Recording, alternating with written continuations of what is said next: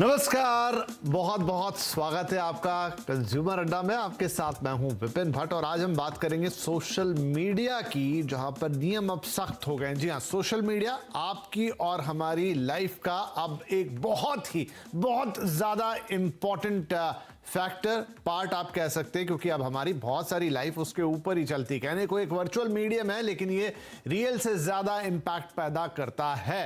तो क्या क्या है आपके सोशल मीडिया में? आप फेसबुक पर एक्टिव रहते हैं, आप ट्विटर पर एक्टिव रहते हैं, आप इंस्टाग्राम चलाते हैं, आप यूट्यूब देखते हैं, और यही आपका सोशल मीडिया इकोसिस्टम है। लेकिन यहां पर जो कुछ होता है वह आपके और हमारे जीवन को बड़े पैमाने पर प्रभावित करता है, और इसीलिए अब सरकार सोशल मीडिया इंटरमीडियरीज यानी कि सोशल मीडिया कंपनियों के लिए नए नियम लेकर आई है। बड़ा खतरा फेक न्यूज का होता है, कुछ अफवाहों के फैलने का होता है, और उन्हीं को रोकने के लिए, आपत्तिजनक कंटेंट को कंट्रोल करने के लिए ये नियम सबसे पहले ध्यान देंगे। लेकिन सिर्फ इतना ही नहीं है, नए नियमों के अंदर अब ये दायरा थोड़ा और बड़ा कर दिया गया। मसलन ये डेटिंग एप्स को भी कवर करेंगे, मसलन ये ई कॉमर्स को, यानी कि जहां से आप शॉपिंग करते हैं ऐसी वेबसाइट्स को भी कवर करेंगे, और इन नए नियमों में काफी सख्ती है। तो अब इन नए नियमों की तो चर्चा हम विस्तार से करेंगे, और इनका क्या इंपैक्ट होगा, इससे क्या बदलेगा, आपके और हमारे लिए क्या इससे बदलाव आएंगे, एज ए कंज्यूमर हम कितने सशक्त होंगे। और सोशल मीडिया, जैसा मैंने कहा, कि आपकी और हमारी लाइफ पे बहुत इन्फ्लुएंस डालता है, बहुत असर डालता है। उस असर की पॉजिटिविटी, नेगेटिविटी ये किस हद तक बढ़ेगी या घटेगी, ये सारी बातचीत आज हम करने जा रहे हैं। बड़ा इंपॉर्टेंट शो होगा ये, और इसीलिए कुछ खास मेहमान हमने आमंत्रित किए हैं। हमारे कार्यक्रम में शामिल हो रहे हैं संदीप बुत्की साहब, एडिटर इन चीफ हैं द मोबाइल इंडियन के, रितेश भाटिया जी जो कि एक जाने माने साइबर एक्सपर्ट हैं, और साथ में हमारे संवाददाता असीम मनचंदा जो मिनिस्ट्री ऑफ IT और इन तमाम चीज़ों को बहुत गहराई से कवर करते हैं और नज़र रखते हैं उन पर बारीक तरीके से। तो असीम, हम आपसे शुरुआत करेंगे। सबसे पहले चाहेंगे आप हमारे दर्शकों को बताएं कि जो नए IT रूल्स हैं या इंटरमीडिएटरी रूल्स हैं, या सिंपल भाषा में सोशल मीडिया के लिए जो नए नियम आए हैं वो क्या कहते हैं, क्या बदलाव लेकर आ रहे हैं वो अपने साथ?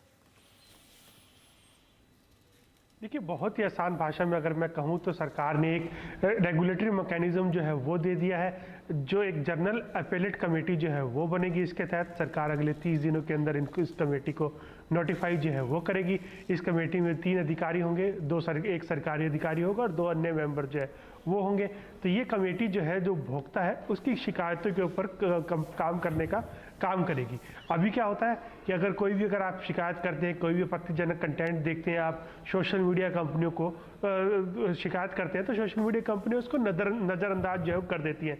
तो ऐसा कहा जाता है कि जो उपभोक्ता की शिकायत होती है वो सीधे ग्रीवियांस अधिकारी के स्पैम बॉक्स में जाती है और उस पर कोई भी कार्रवाई जो है नहीं होती है। लेकिन सरकार चाहती है कि उसके ऊपर कार्रवाई हो, तो सरकार ने ग्रीवियंस अपीलेट कमेटी जो है उसको बना दिया है। अब ये ग्रीवियंस, अगर एक बार आपकी शिकायत को जो ग्रीवियंस अधिकारी है जो कि सोशल मीडिया कंपनी का है, उसने अगर नज़रअंदाज जो है कर दिया है, तो आप इस कमेटी के पास आप अपनी अपील जो है वो कर सकते हैं। ये 30 दिनों के अंदर अपना फैसला जो है वो देगी, और इसका जो फैसला है वो सीधे सोशल मीडिया कंपनियों के ऊपर जो है मैंडेटरी होगा, उनको मानना जो है जरूरी होगा। अगर ये कंपनियां उसको जो नहीं मानती है तो कंपनी को पेनल्टी लग सकती है। जो IT एक्ट है उसके तहत जो कंपनियों के अधिकारी हैं उनको 7 साल की सजा जो है हो सकती है। तो कुल मिलाकर हम ये कह सकते हो कि उपभोक्ता को ये फायदा होगा, अगर उसको कहीं लगता है कि कोई आपत्तिजनक कंटेंट है, चाहे उसकी रिलीजियस सेंटिमेंट को हर्ट करता हो, या उसको लगता है कि जो भारत की सॉवरेनिटी है उसको अफेक्ट करता हो, तो उसके बारे में वो अपील जो है वो कर सकता है, और ये कमेटी जो है उसको कंटेंट को हटाने में वो मदद जो है वो करेगी। असीम जी ने बताया कि किस तरीके से यहां पर काम होने जा रहा है। अभी तक ये था कि सरकार ने कहा था सभी ये सोशल मीडिया प्लेटफॉर्म से कि अपने ग्रीवांस अधिकारी रखिए, रख भी दिए गए, लेकिन शिकायतों का निपटारा नहीं होता था। आपत्तिजनक कंटेंट कह लीजिए, संवेदनशील कंटेंट कह लीजिए, उन चीजों को लेकर सरकार की चिंता वाजिब थी। अब आपके रास्ते, हमारे रास्ते, सरकार ने ये तय करने की कोशिश की है कि अगर आप कोई शिकायत करते हैं तो फिर एक ग्रीवांस अपीलेट कमेटी होगी जो कि आपके लिए फैसला करेगी कि अगर आपको फला कंटेंट सही नहीं लग रहा है तो वो कंपनियों को बाध्य कर सकती है कि वो हटाए।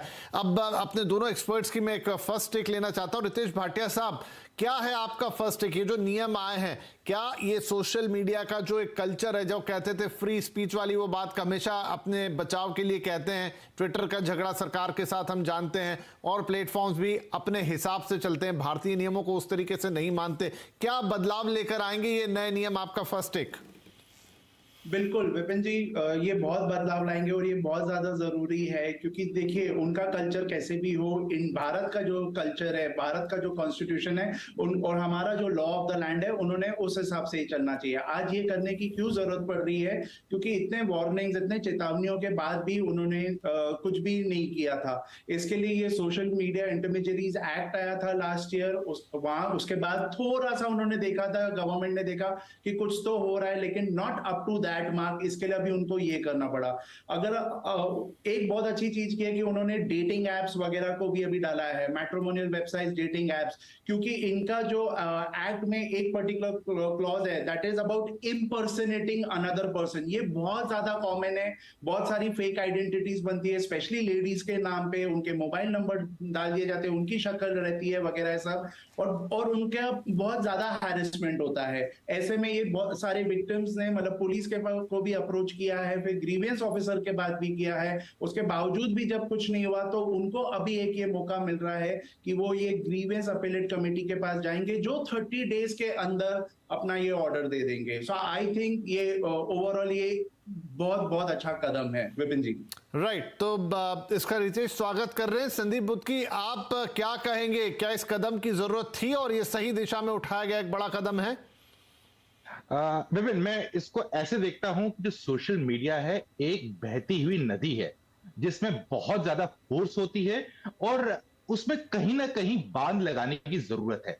बांध लगाना कैसे लगाएंगे उस पर निर्भर करता है कि वो कितना अच्छा कारगर बांध बनता है। अगर बांध सही जगह पे लगा हो तो बिजली भी मिलेगी और सूखे के टाइम पे पानी भी यूज हो सकता है। तो वैसे ही हम सोशल मीडिया के पूरे प्लेटफॉर्म पे जो गवर्नमेंट का इस पे थोड़ा मूव आया है कि हम इसको थोड़ा टाइट करेंगे, इसके लिए पॉलिसीज लाएंगे, इसको मॉडरेट करेंगे, वो एक वेलकम मूव है। लेकिन कितने अच्छे से उसको इंप्लीमेंट किया जाए और कितने चीजों को मद्देनजर रखते हुए इसको इंप्लीमेंट किया जाए, वो काफी ज्यादा इंपॉर्टेंट बात है। इसका मैं एक उदाहरण देना चाहूंगा कि कोविड के टाइम पे आप देखेंगे तो सोशल मीडिया एक बहुत ही बेहतरीन प्लेटफॉर्म था, चाहे ट्विटर की बात कर लीजिए या फेसबुक की, जिसने लोगों को बहुत ज्यादा मदद की।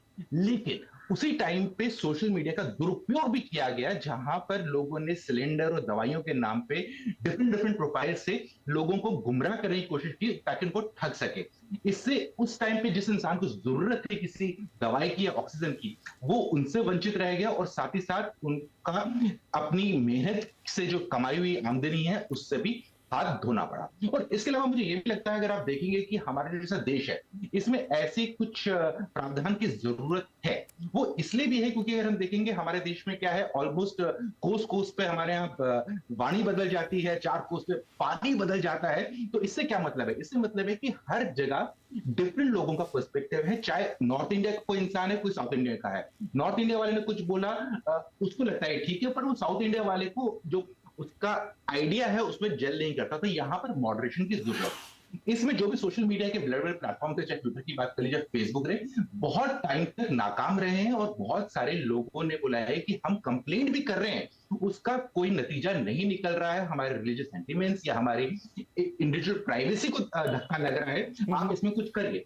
उस पर वो लोग कदम नहीं उठा रहे थे। तो गवर्नमेंट को लगता है कि अपने देश के भारतीय हैं, उनकी जो राइट्स है, उनकी सेफ्टी के लिए ऐसे कदम उठाना काफी जरूरी है। और मुझे भी लगता है कुछ हद तक ऐसे कदम जरूरी है, क्योंकि अगर आप ऐसी किसी भी प्लेटफॉर्म को इतना खुली छूट दे देंगे तो कहीं ना कहीं उसका दुरुपयोग होने के बहुत ज्यादा चांसेस है। ठीक है, तो हमारे तीनों एक्सपर्ट्स इस बात पे सहमत हैं कि आप कह लीजिए एल्गोरिदम के नाम पर या फ्री स्पीच के नाम पर आप ऐसा नहीं कर सकते कि सेल्फ रेगुलेशन के नाम पर बिल्कुल चीजों को छुट्टा छोड़ें। अब सरकार की तरफ से एफर्ट आया है कि आप यानी कि एक जनरल व्यक्ति अगर कोई कंप्लेंट करता है तो सरकार की कमेटी उस पर एक्शन लेगी और ये एक्शन बाध्य होगा। असीम साहब, अब इसमें मैं कुछ अलग अलग चीजें देख रहा हूं, मसलन कोई अति संवेदनशील कंटेंट है तो 24 घंटे के अंदर आपको उसको हटाना पड़ेगा, उस पर एक्शन लेना पड़ेगा। कोई आपत्तिजनक कंटेंट है तो कुछ 72 घंटे की डेडलाइन है, अन्य कंटेंट पे उन्होंने कुछ 15 दिन 30 दिन टाइप का दिया है। क्या ये अलग अलग कैटेगरीज है और किस तरीके से ये पूरा मैकेनिज्म काम करेगा? देखिए, जल्दी ही ग्रीवेंस अपीलेट कमेटी जो है काम करने की शुरुआत जो है वो कर देगी, और उसका एक टाइमलाइन जो है वो दिया गया कि बहुत सेंसिटिव कंटेंट है, पोर्नोग्राफिक है, चाइल्ड पोर्नोग्राफी से जुड़ा हुआ है, उस कंटेंट को अगर आपको 24 घंटे के रिलीजियस सेंटिमेंट से जुड़ा हुआ है, जहाँ पर कि दंगे जो है भड़क सकते हैं किसी कंटेंट से, तो उस कंटेंट को आपको 24 घंटे के अंदर जो है हटाना होगा। लेकिन कोई ऐसा कंटेंट है जिसके बारे में आपको लगता है कि ये इसको हटाने में भी कुछ ज़्यादा जल्दबाजी जो है वो नहीं करनी चाहिए, तो उसके लिए अलग अलग टाइमलाइन जो है वो रखी गई है, 72 घंटे का टाइम जो है वो दिया गया है। लेकिन ये तब होगा जब आप ग्रीवेंस कमेटी के थ्रू जो है जाएंगे। पहले आपको कंटेंट के लिए हटाने के लिए जो ग्रीवेंस अधिकारी है कंपनी का, उसके पास शिकायत जो है वो करनी पड़ेगी।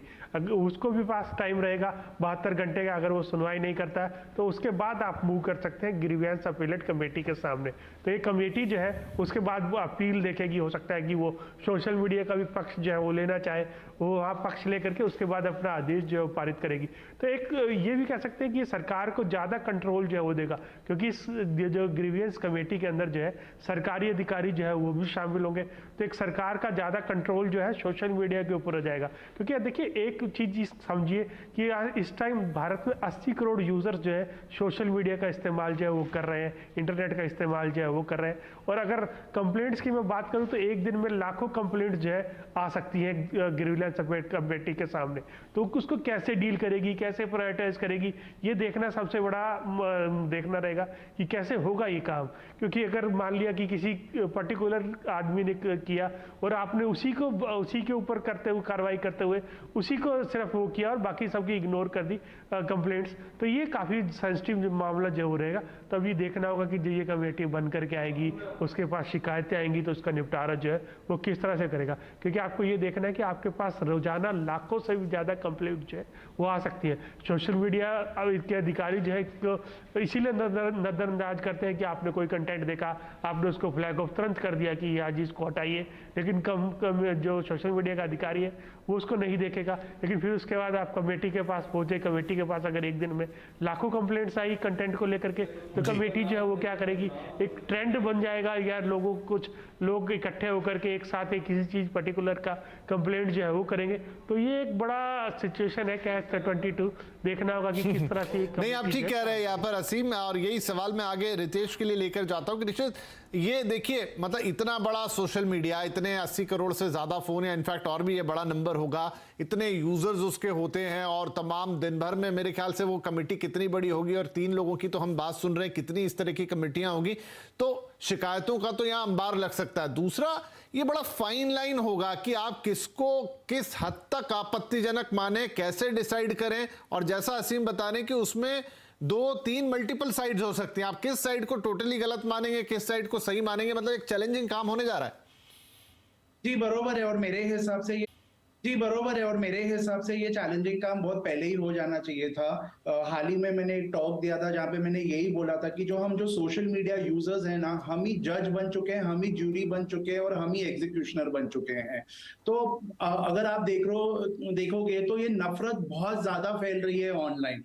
तो हाल फिलहाल गवर्नमेंट ने जो ये गजट नोटिफिकेशन में निकाला है उसमें बहुत क्लियरली दिया हुआ है, और मेरे हिसाब से ये सिर्फ सोशल मीडिया इंटरमीडिएट नहीं, बल्कि उल्टा जो यूजर्स है, सोशल मीडिया के यूजर्स है, आप, मैं, आपके दर्शक, हमने समझना पड़ेगा कि क्या क्या आपत्तिजनक है। जैसे फॉर एग्जाम्पल उन्होंने कहा है कोई भी obscene content, pornographic content, paedophiles related, बच्चों रिलेटेड जो है न्यूडिटी है, gender based, racial based, caste based वगैरह, रिलीजन बेस्ड, हमको ये सारी चीजों के बारे में पहले बात ही नहीं करनी चाहिए। और क्योंकि हम इतना बात कर रहे हैं तो अभी ये पर्टिकुलर एक्ट्स है, कहीं पे भी अगर आपने कुछ कॉपीराइट का वायलेशन किया, जो कि हमने देखा है बहुत ज्यादा है सोशल मीडिया पे, मिस इन्फॉर्मेशन ये तो भर भर के है। अभी जो मोरबी में हादसा हुआ है वहीं पे ऑलरेडी एक फेक वीडियो चालू है। तो ऐसा सब मिस इन्फॉर्मेशन, डेटिंग एप्स पे जो इम्पर्सनेशन हो रहा है, तो ऐसी बहुत सारी चीजें उन्होंने ऐसे लिस्ट करके रखी है, ऐसी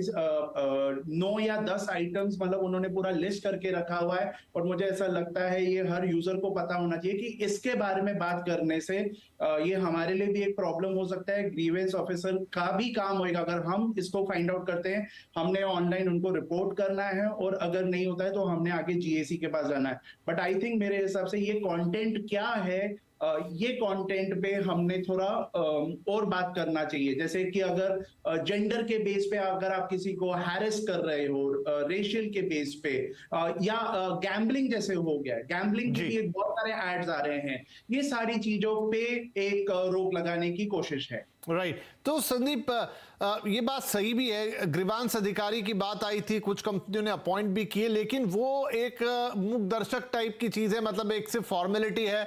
आप उन्हें लेटर लिख लीजिए, आप उनसे बात कर लीजिए, वो आपको आश्वासन भी देते हैं, लेकिन होता जाता कुछ नहीं है। अब जो ये कमेटी आएगी या जीएससी जिसकी हम बात कर रहे हैं, उनके फैसले बाध्य होंगे और कड़े होंगे, चाहे 7 साल की सजा होने जा रही है, चाहे और भी कुछ और डिटेलिंग होगी, जहां एक्शन बड़ा होगा।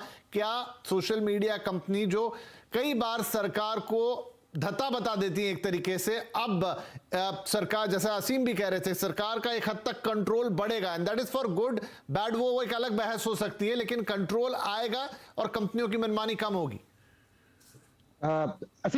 कंट्रोल तो डेफिनेटली बढ़ेगा, जैसे असीम भी कह रहे थे, लेकिन अब सबसे इंपॉर्टेंट जो देखने वाली बात है कि इस चीज को इंप्लीमेंट कैसे किया जाएगा।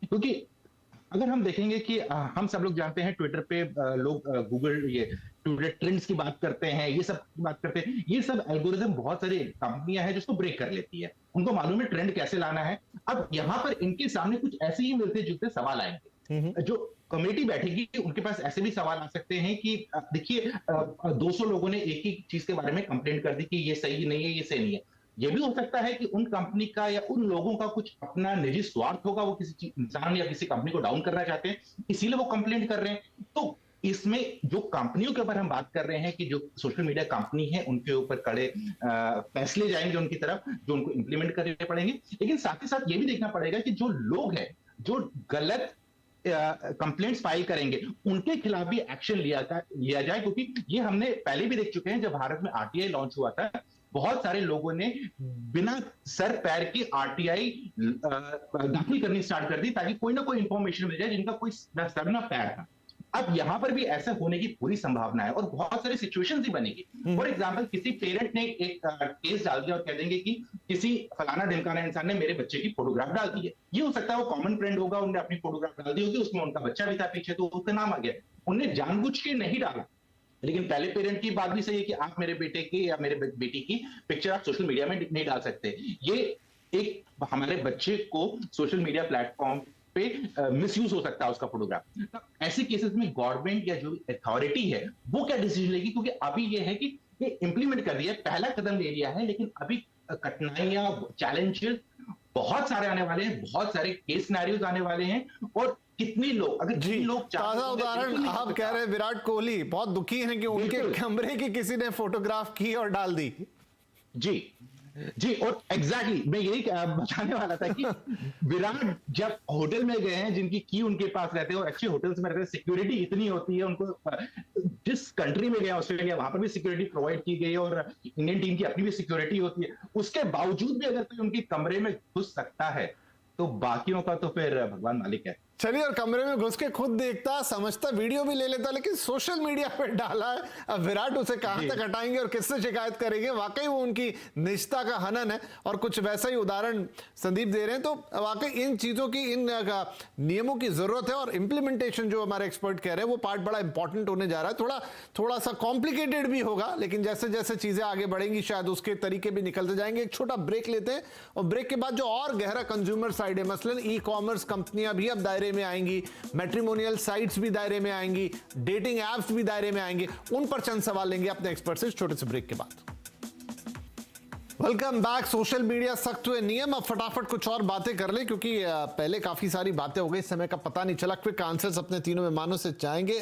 तो यहां पर असीम जी ये बताएं कि अब आपके जो e commerce platform Amazon, Flipkart, 10 आगे और दूसरे नाम ले लीजिए, उनको भी अब इस दायरे में लाया गया। यानी वहां पर भी अगर आपको कोई शिकायतें हैं किसी तरीके से, चाहे वो फेक रिव्यूज हो, चाहे वो फेक सामान हो, चाहे वो नकली चीजें हो, या कुछ गलत चीज भी बिक रही हो, अब आप वहां भी शिकायत कर सकते हैं और वही सेल जो जीएसी है वो आपकी सुनवाई करेगी।